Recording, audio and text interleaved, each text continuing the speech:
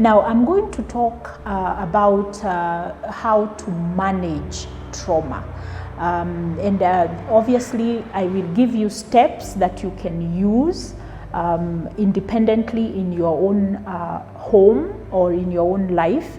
But before I give you those steps, I want to say that you can treat trauma through therapy, where you engage a therapist to be able to help you resolve the trauma. Now, you want to make sure that when you are looking for a therapist, you look for a therapist who is trained in trauma counseling. So it's okay, you can ask them. You can ask them to give you their experience working with people who have gone through trauma.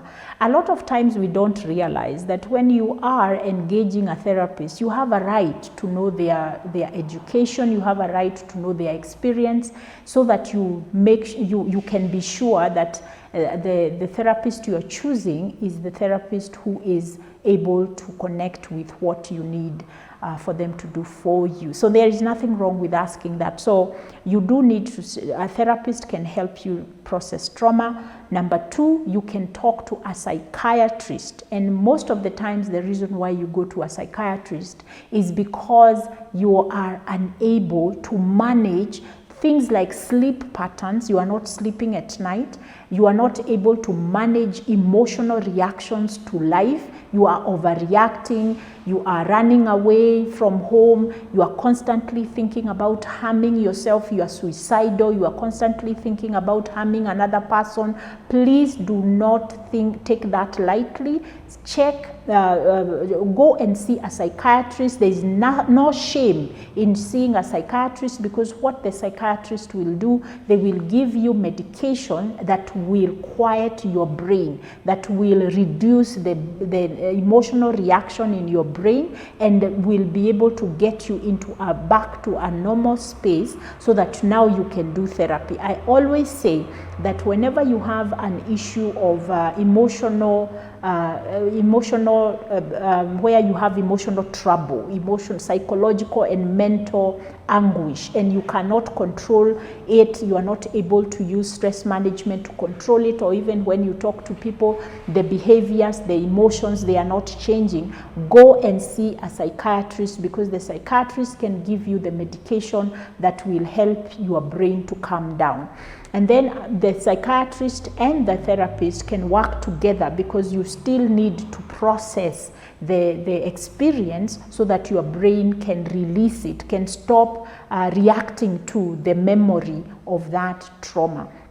Then the other things that now I'm going to give you is things that you can do. If you are not in a space where you are unable to function, but you just feel this continued nagging about the trauma that happened to you, you can do, number one, you can write about the trauma. So just take some time, take a notebook, and allow yourself to write what happened to you.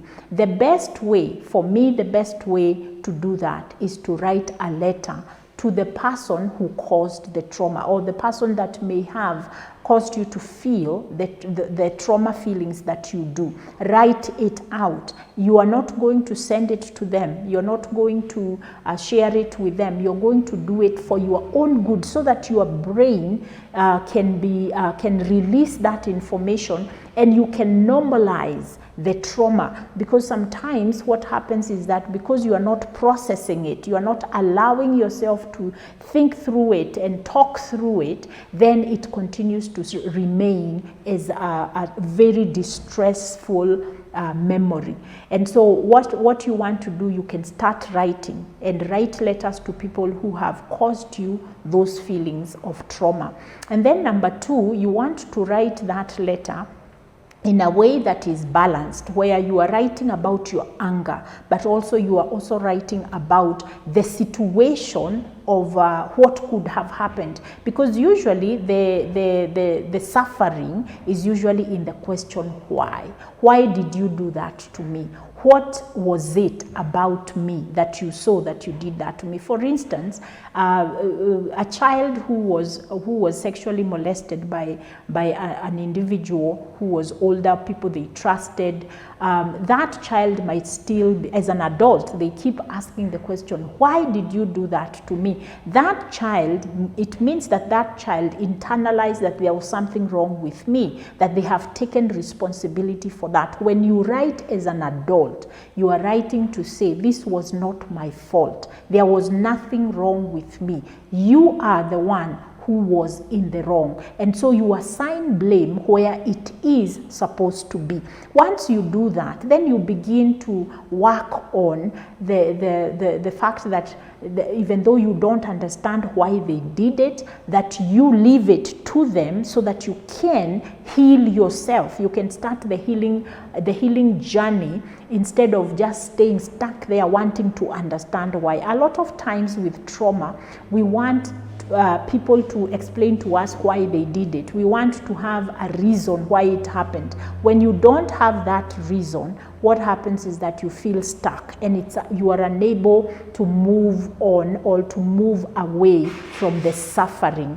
But when you go through whether it is self-therapy or you go with a therapist, what you want to do is to change that story from the suffering story to the survival story, where you are saying, you are talking about how you have survived rather than how the suffering was. You are not paying too much attention to the suffering, but you are moving along to the fact that it's been 10 years and you have survived, and we can now begin to heal that wound so that you can be able to experience your life. So journaling and letter writing can help a lot. Number 2, self-care. You need to pay attention to your thought patterns. Again, journaling is one way to do that. So every time you are triggered to think about that situation, take some time and write what were your feelings, what were your thoughts,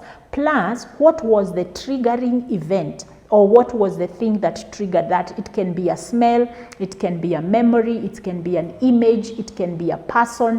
What was the trigger? How did you feel when you remembered that memory? And then what did you do? And once you do that, you begin to take care of your mind to let go of these things. Don't just think them in your head. There is so much value in writing them. Then I want to also encourage us to think about physical exercise. Physical exercise is very important, and doing things that you enjoy. Being able to identify hobbies that you enjoy. So, because once you do that, there is a chemical that is released in your body, and that is the feel-good hormone, and that helps you to manage better the emotional trauma feelings that we have. And then number 4, or whatever the next number is, we want to also develop better relationships. Usually when we are traumatized, we feel so bad about ourselves that we fear being alone. We don't want to weed out people who are not adding value to our lives. So we keep these toxic people around us because we are afraid to be alone. So identify the people you are with and ask yourself the simple question, what is the value they bring into my life? And then begin to think about, take responsibility for your own relationships and begin to weed out people who are not adding value to you. Don't normalize toxicity. See it for what it is. Allow yourself to feel the emotion and do something about it. And also, you need to increase the hope. Increase hope by reminding yourself that you are capable of making friends. And then begin to look at the circle, your circle of friendships, acquaintances, and look for those people who are not toxic, and begin to spend more time with them. Begin to get interested in them, because those are the people you want to surround yourself with. What happens with us is that when we are traumatized, we are very emotional, and this emotion that we felt during the trauma becomes normal for us, and we need to understand that we can break away from that by creating other emotional or relational situations where there is no toxicity. So you can look for friends who are value adding into your life, and you can add value to them, because sometimes we are in relationships where even if we are adding value, people are dismissing it. People are making us feel that we are not doing anything. So look at your social connections and begin to make a decision to walk away from bad relationship and to begin to work on the relationships which are positive in your life. So I hope those few tips that I have given you can help you begin the journey, and definitely reach out to me. My phone number is on the screen, and also you can reach me through my website www.gracekariuki.co.ke, and I will be glad to work with you as we try to identify your traumas and also help you walk through resolving them, so that you can experience the kind of life that you desire. So you can see why I love my hashtag, Live by Design. You can design the kind of life that you want beginning today. So until I see you next time, may the Lord bless you, and goodbye.